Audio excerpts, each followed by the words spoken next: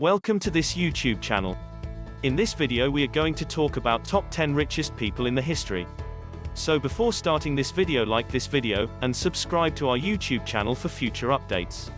John D Rockefeller or Genghis Khan, who had more money? This is an intriguing topic because it poses a metaphysical question for us to consider: how does one quantify wealth precisely? Is wealth purely based on the amount of money you have? If this is the case, it is incredibly troubling since money does not have a fixed value. Here's what we came up with. Number 10. Mansa Musa. Lived 1280 to 1337. Country: Mali. Wealth: richer than anyone could describe. The king of Timbuktu, Mansa Musa, is often referred to as the richest person in history. Musa's West African kingdom was undoubtedly the world's largest producer of gold, according to Ferrum College history professor Richard Smith, at a time when gold was in extremely high demand. What was Musa's net worth? There's no way to put an exact figure on his fortune.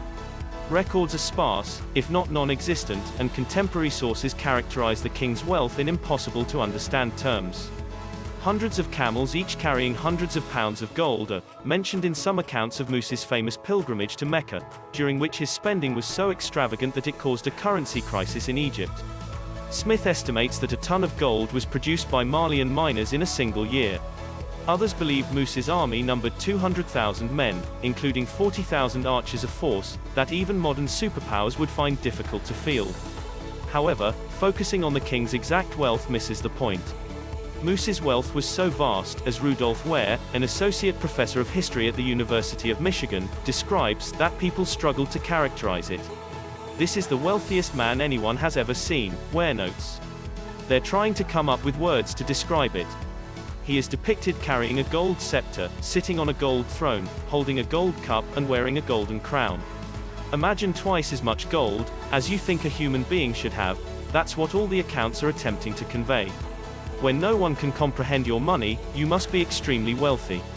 Number 9. Augustus Caesar. Lived 63 BC to 14 AD.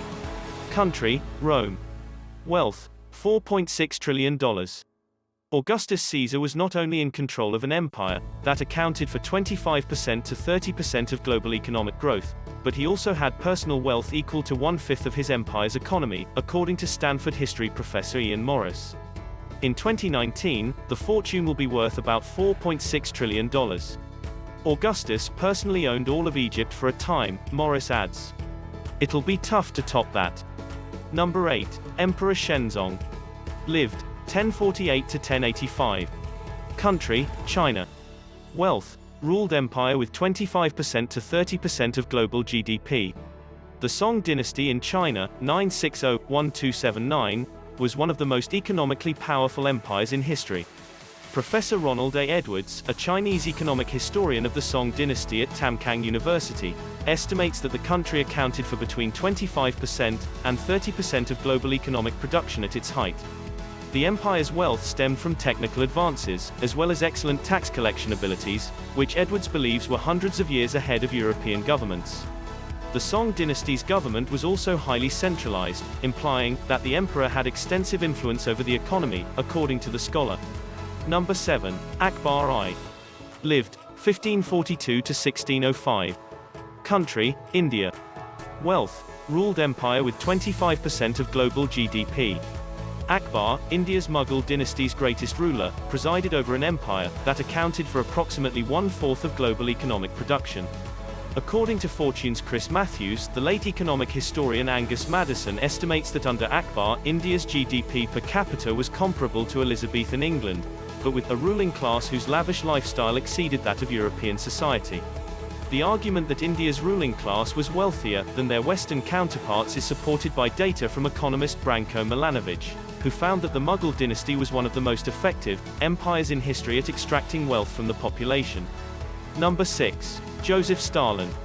Lived 1878 to 1953. Country: USSR. Wealth: complete control of a nation with 9.6% of global GDP. Stalin is a rare figure in modern economic history. He was a tyrant with total authority who still presided over one of the world's most powerful economies. While it is practically impossible to distinguish Stalin's wealth from that of the Soviet Union, his rare combination of economic strength and total control of the USSR has led many economists to name him one of the world's wealthiest people. Their reasoning is simple to understand.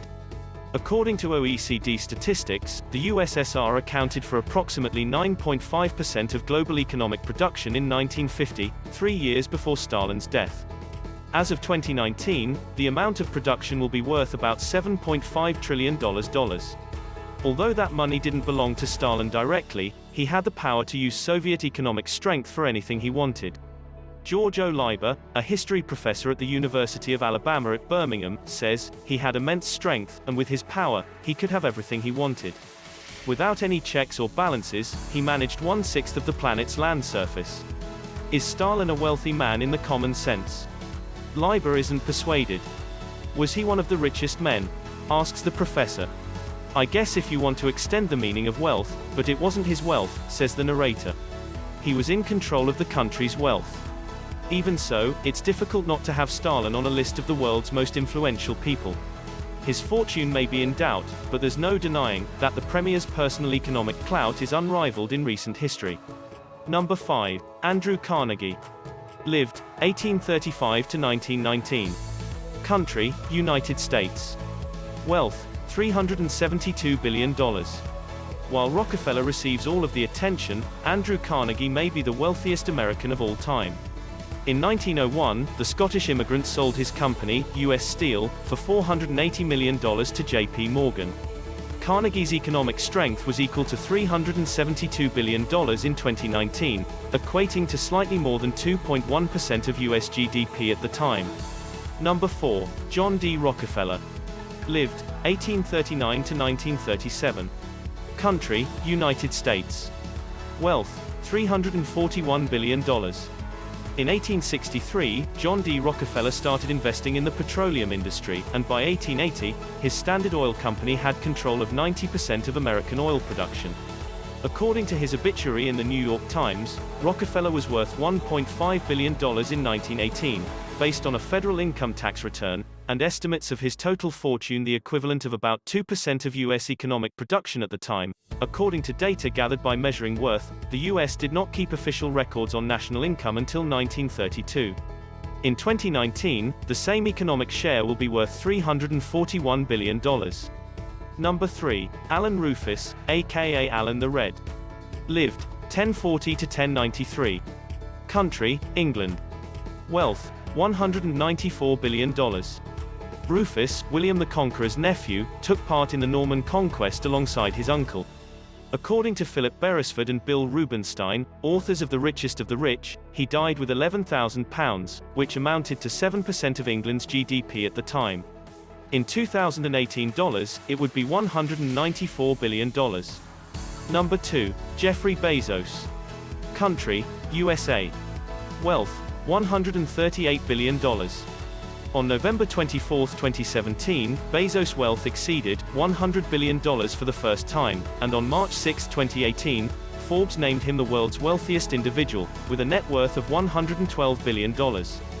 He was dubbed the richest man in modern history after his net worth rose to $150 billion in July 2018. He was the first centi-billionaire on the Forbes Wealth Index. Number 1. Genghis Khan. Lived, 1162 to 1227. Country, Mongolian Empire. Wealth, lots and lots of land, not much else. Genghis Khan is without a doubt one of history's most influential military figures. He ruled the Mongol Empire, which extended from China to Europe at its peak, and was the world's largest contiguous empire. Despite his enormous influence, scholars say that Genghis never hoarded his money. The Khan's kindness, on the other hand, was crucial to his power. Morris Rossabi, a distinguished professor of history at CUNY's Queen's College, says that sharing the spoils with his soldiers and other commanders is one of the reasons for his performance. Unlike many pre-modern armies, Mongol soldiers were prohibited from taking personal loot, according to Jack Weatherford, author of Genghis Khan and the Making of the Modern World. After an area was conquered, official clerks inventoried every item taken, which was then distributed to the military and their families. Even though Genghis got a share of the spoils, he was far from wealthy. Weatherford argues that he constructed no palace for himself or his kin, no temple, no tomb, and not even a house. He was born in a wool gur, yurt, and died in a wool gur, says the author. He was covered in felt and buried like any other ordinary person when he died. What do you think of this video? Do let us know down in the comment section below. If you enjoyed this video and want to hear from us again, be sure to hit that subscribe button before you go.